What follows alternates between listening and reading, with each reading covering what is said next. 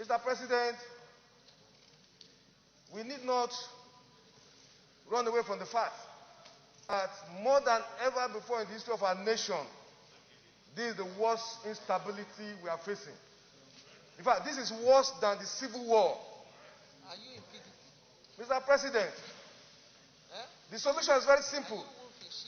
Today, there are a lot of misgivings, a lot of misinterpretations of what is happening. Some people believe, some people in government are supporting this move. Some people believe, some people sponsor those who are destabilizing our nation within the country. The answer is very simple.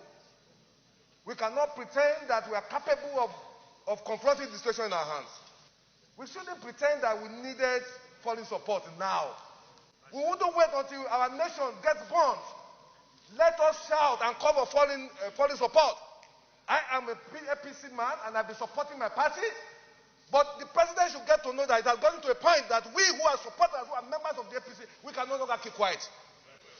The president must rise to the occasion.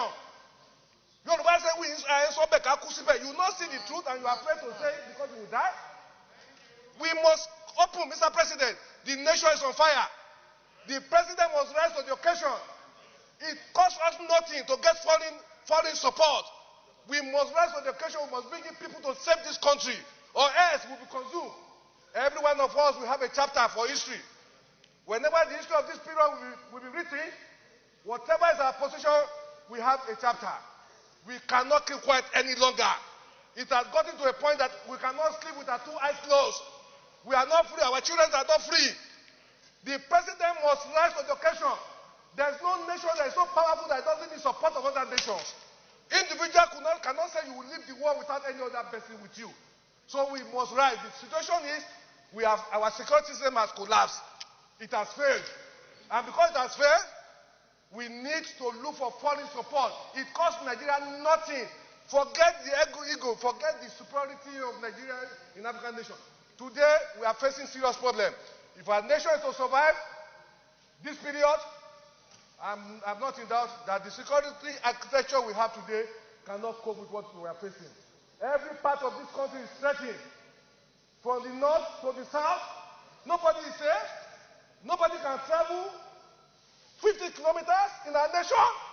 I feel like shedding tears for a country that we grew up, where nobody harasses you when you travel from Lagos to Maiduguri.